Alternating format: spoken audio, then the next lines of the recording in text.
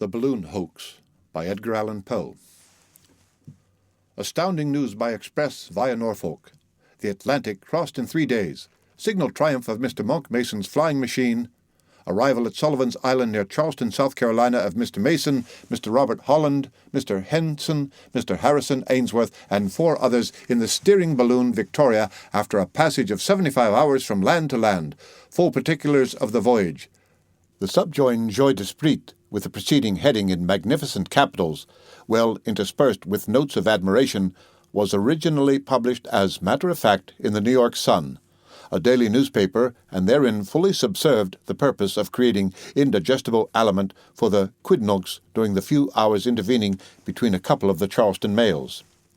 The rush for the sole paper which had the news was something beyond even the prodigious, and in fact, if, as some assert, the Victoria did not absolutely accomplish the voyage recorded, it will be difficult to assign a reason why she should not have accomplished it.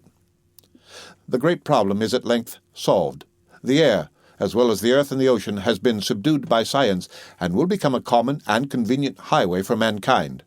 The Atlantic has been actually crossed in a balloon, and this too without difficulty, without any great apparent danger, with thorough control of the machine, and in the inconceivably brief period of 75 hours from shore to shore.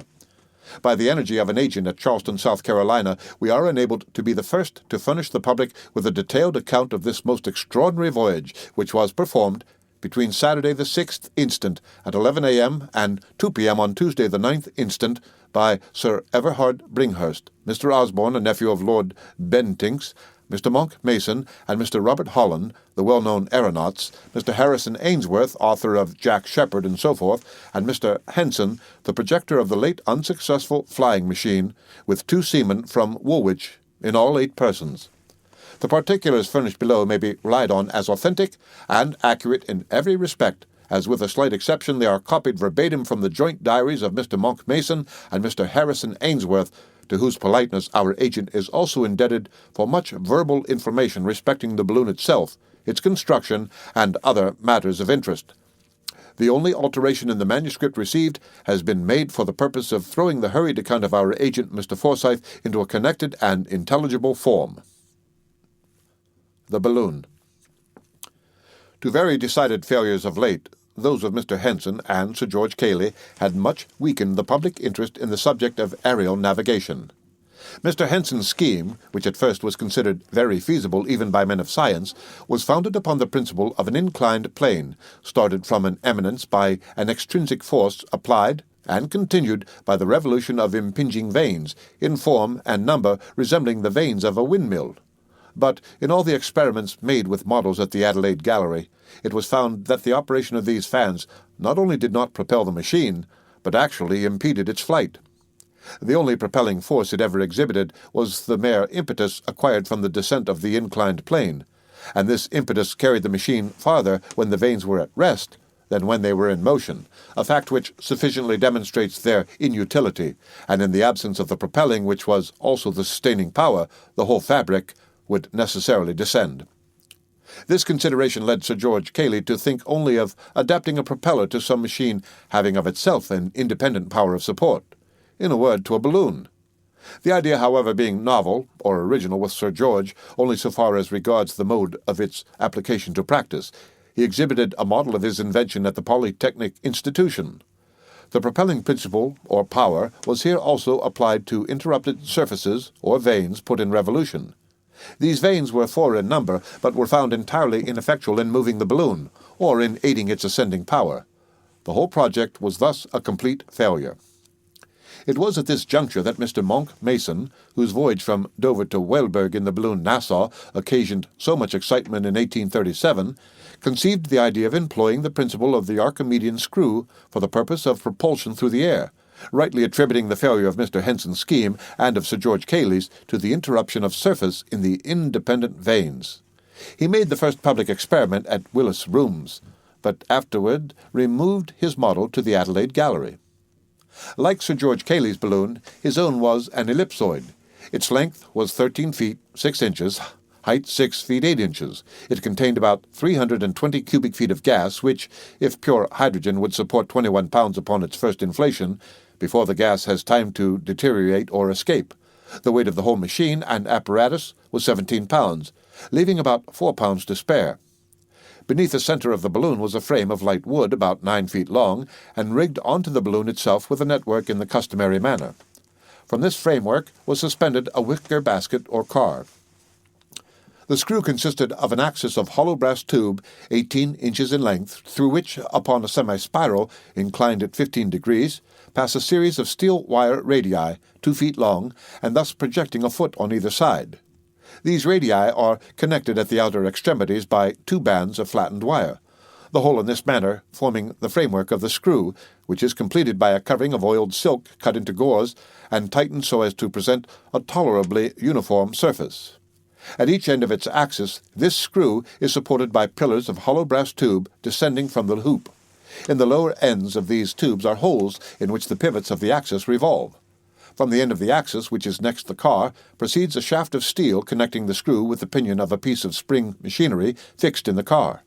By the operation of this spring, the screw is made to revolve with great rapidity, communicating a progressive motion to the whole. By means of the rudder, the machine was readily turned in any direction.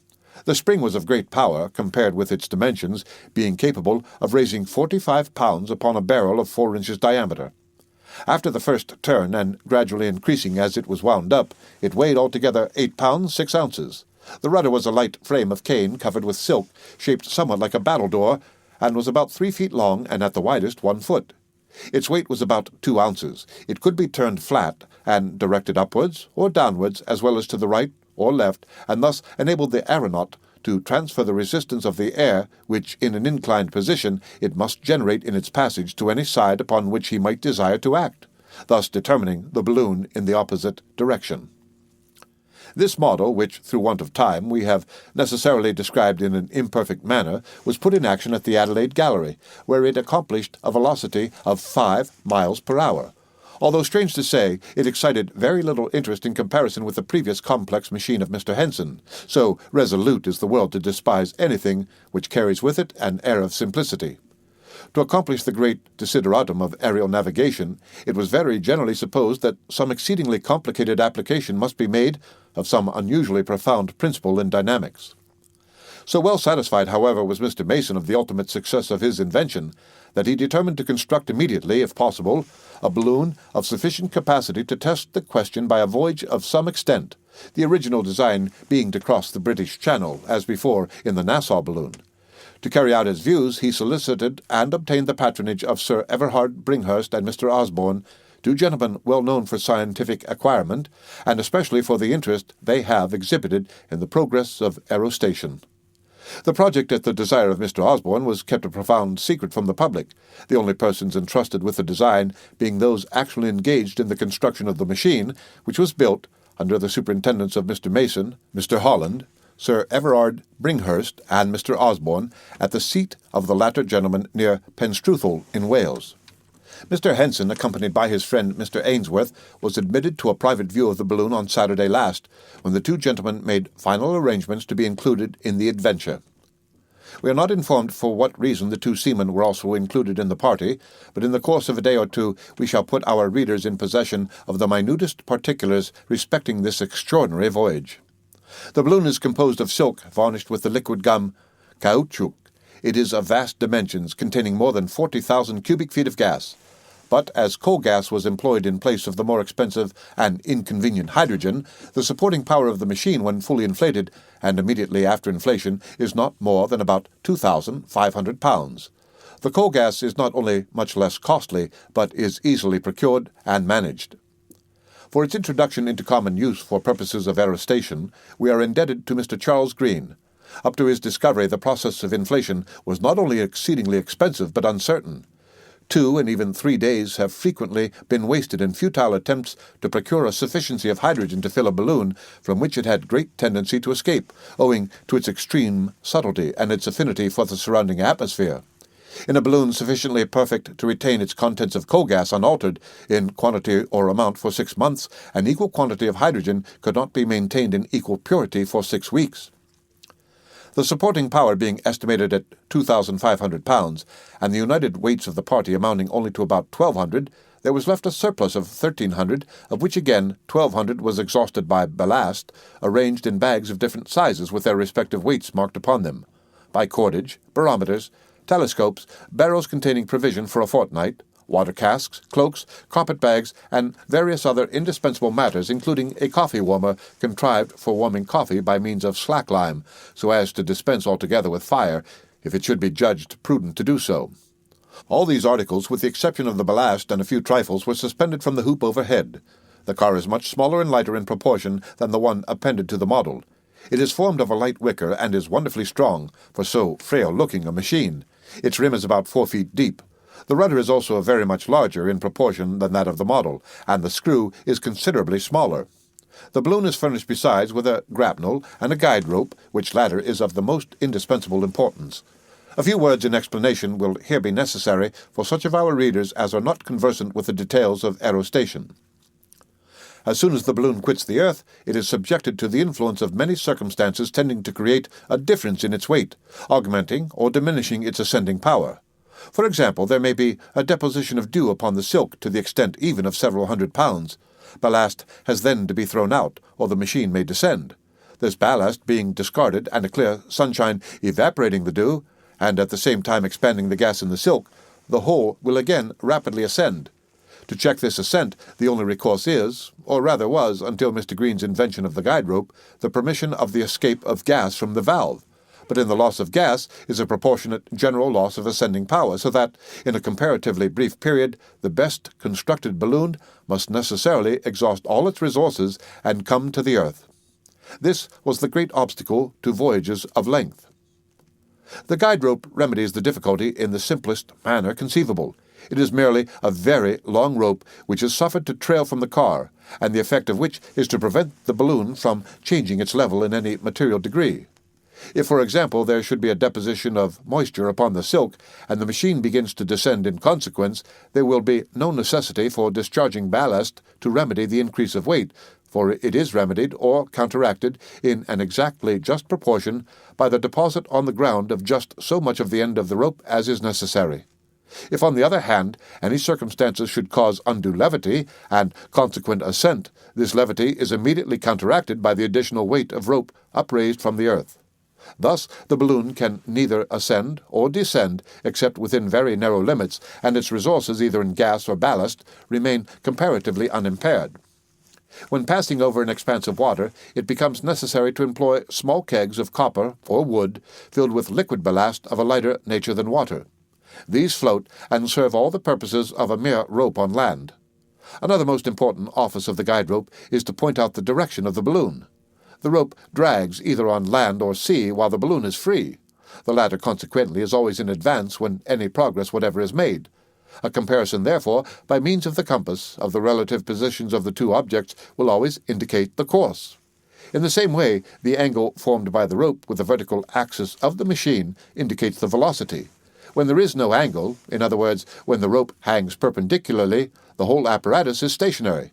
But the larger the angle, that is to say, the farther the balloon precedes the end of the rope, the greater the velocity, and the converse.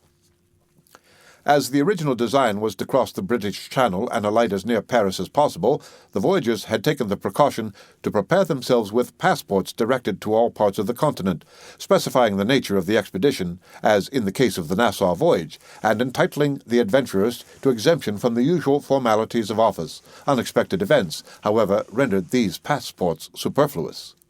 The inflation was commenced very quietly at daybreak on Saturday morning, the 6th instant, in the courtyard of Wheal Vorhouse, Mr. Osborne's seat, about a mile from Penstruthal, in North Wales, and at 7 minutes past 11, everything being ready for departure, the balloon was set free, rising gently but steadily in a direction nearly south, no use being made for the first half hour of either the screw or the rudder.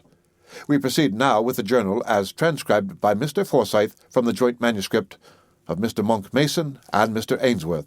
The body of the journal as given is in the handwriting of Mr. Mason, and a P.S. is appended each day by Mr. Ainsworth, who has in preparation and will shortly give the public a more minute and no doubt a thrillingly interesting account of the voyage. The Journal, Saturday, April the 6th. Every preparation likely to embarrass us having been made overnight, we commenced the inflation this morning at daybreak. but owing to a thick fog which encumbered the folds of the silk and rendered it unmanageable, we did not get through before nearly 11 o'clock. Cut loose then in high spirits, and rose gently but steadily with a light breeze at north which bore us in the direction of the British Channel. Found the ascending force greater than we had expected, and as we arose higher, and so got clear of the cliffs and more in the sun's rays, our ascent became very rapid. I did not wish, however, to lose gas at so early a period of the adventure, and so concluded to ascend for the present. We soon ran out our guide rope, but even when we had raised it clear of the earth, we still went up very rapidly. The balloon was unusually steady, and looked beautifully. In about 10 minutes after starting, the barometer indicated an altitude of 15,000 feet. The weather was remarkably fine, and the view of the subjacent country, a most romantic one when seen from any point, was now especially sublime. The numerous deep gorges presented the appearance of lakes, on account of the dense vapors with which they were filled, and the pinnacles and crags to the southeast, piled in inextricable confusion, resembling nothing so much as the giant cities of Eastern fable. We were rapidly approaching the mountains in the south, but our elevation was more than sufficient to enable us to pass them in safety. In a few minutes we soared over them in fine style, and Mr. Ainsworth, with the seamen, was surprised at their apparent want of altitude when viewed from the car, the tendency of great elevation in a balloon being to reduce inequalities of the surface below to nearly a dead level.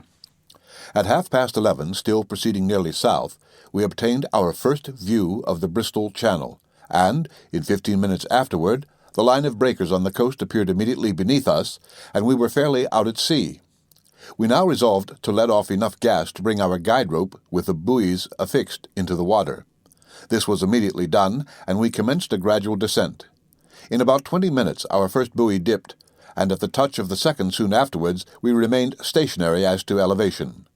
We were all now anxious to test the efficiency of the rudder and screw, and we put them both into requisition forthwith for the purpose of altering our direction more to the eastward and in a line for Paris.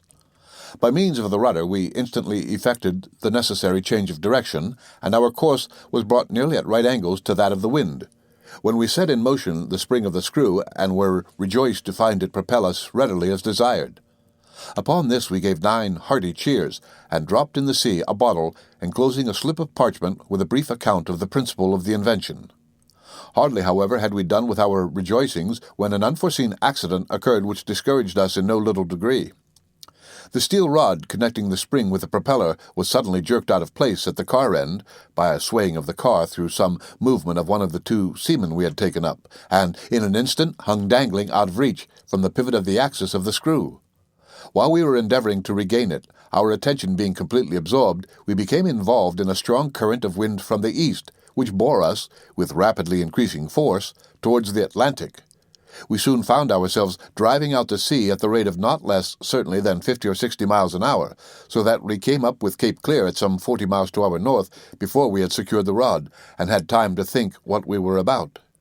It was now that Mr. Ainsworth made an extraordinary, but, to my fancy, a by no means unreasonable or chimerical proposition, in which he was instantly seconded by Mr. Holland, that is, that we should take advantage of the strong gale which bore us on, and in place of beating back to Paris, make an attempt to reach the coast of North America.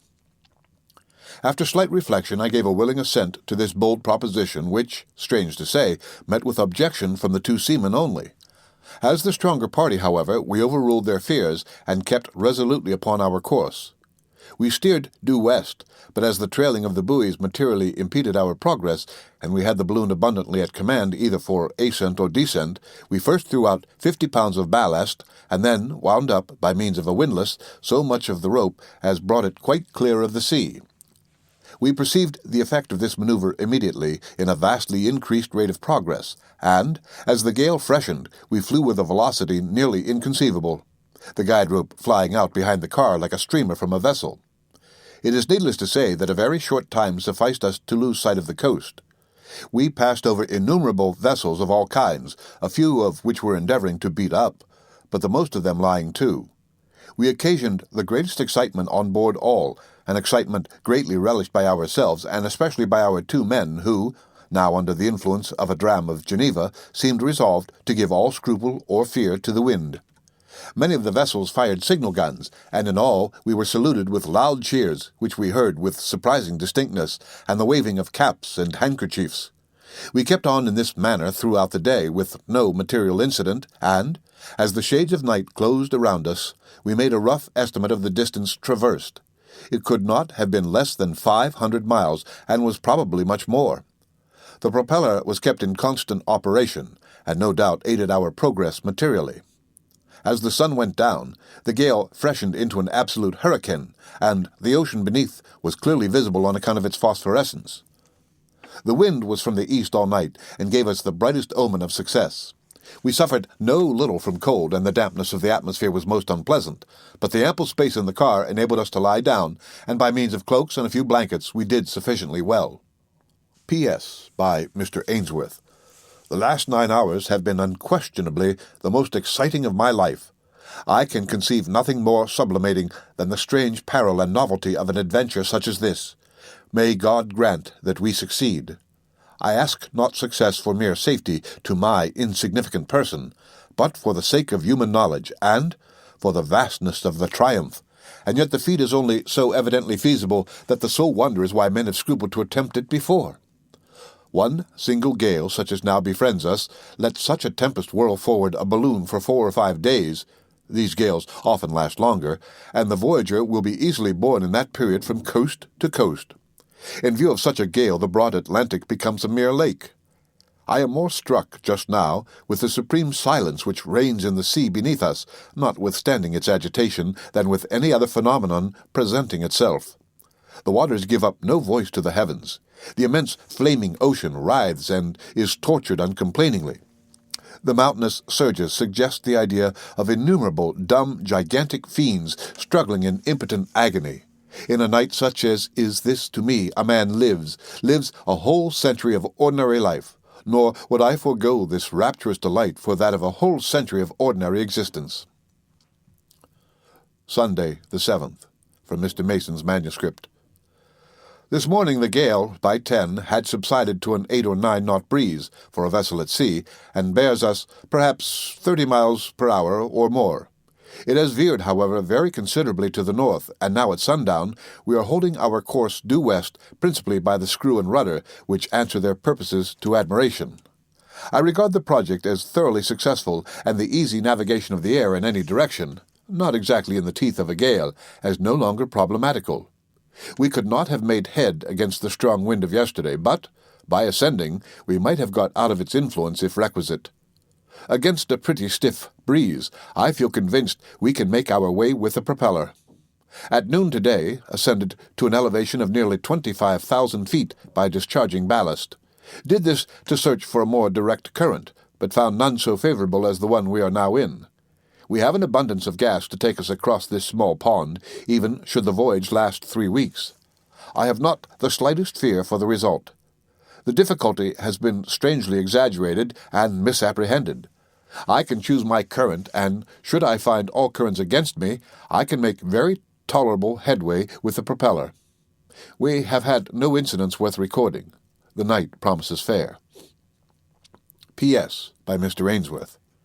I have little to record except the fact, to me quite a surprising one, that, at an elevation equal to that of Cotopaxi, I experienced neither very intense cold, nor headache, nor difficulty of breathing. Neither, I find, did Mr. Mason, nor Mr. Holland, nor Sir Everard. Mr. Osborne complained of a constriction of the chest, but this soon wore off.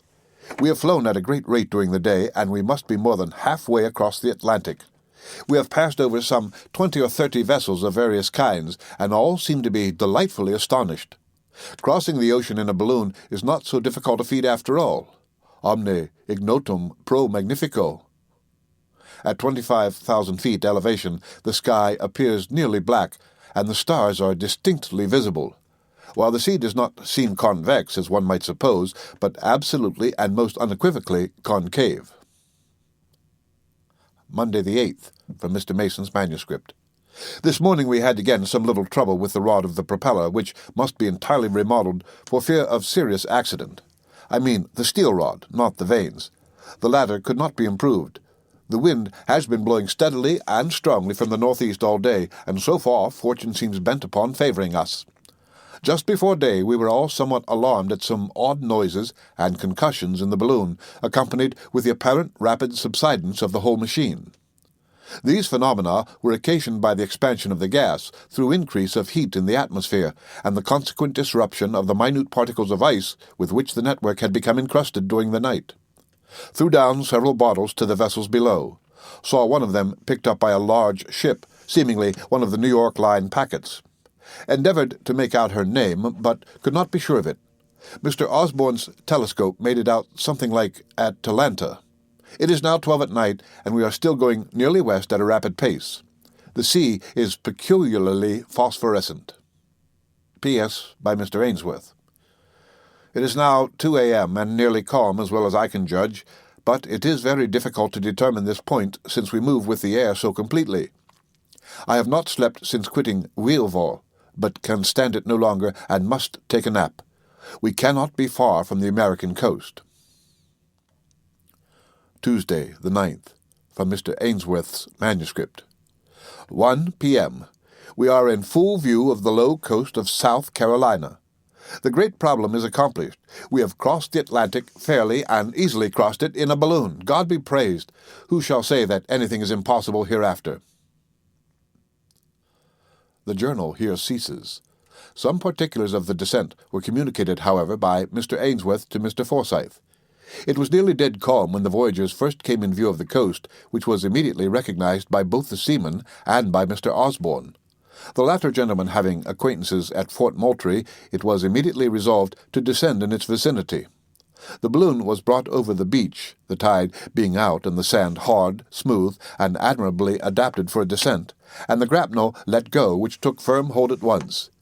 The inhabitants of the island and of the fort thronged out, of course, to see the balloon, but it was with the greatest difficulty that anyone could be made to credit the actual voyage, the crossing of the Atlantic. The grapnel caught at 2 p.m. precisely, and thus the whole voyage was completed in 75 hours, or rather less, counting from shore to shore. No serious accident occurred.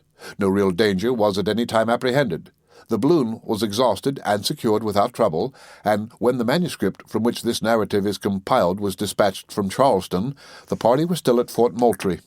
Their farther intentions were not ascertained, but we can safely promise our readers some additional information either on Monday or in the course of the next day at farthest. This is unquestionably the most stupendous, the most interesting, and the most important undertaking ever accomplished or even attempted by man. What magnificent events may ensue, it would be useless now to think of determining. Footnote. Mr. Ainsworth has not attempted to account for this phenomenon, which, however, is quite susceptible of explanation. A line dropped from an elevation of 25,000 feet perpendicularly to the surface of the earth or sea would form the perpendicular of a right-angled triangle, of which the base would extend from the right angle to the horizon, and the hypotenuse from the horizon to the balloon. But the 25,000 feet of altitude is little or nothing in comparison with the extent of the prospect. In other words, the base and hypotenuse of the supposed triangle would be so long when compared with the perpendicular that the two former may be regarded as nearly parallel. In this manner the horizon of the aeronaut would appear to be on a level with the car.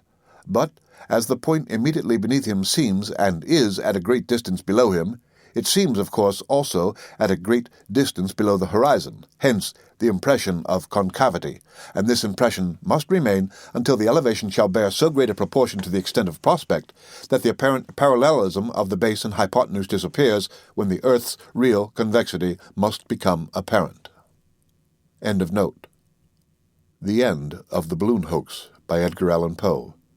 Read by Rick Kistner for Lit2Go on the Web.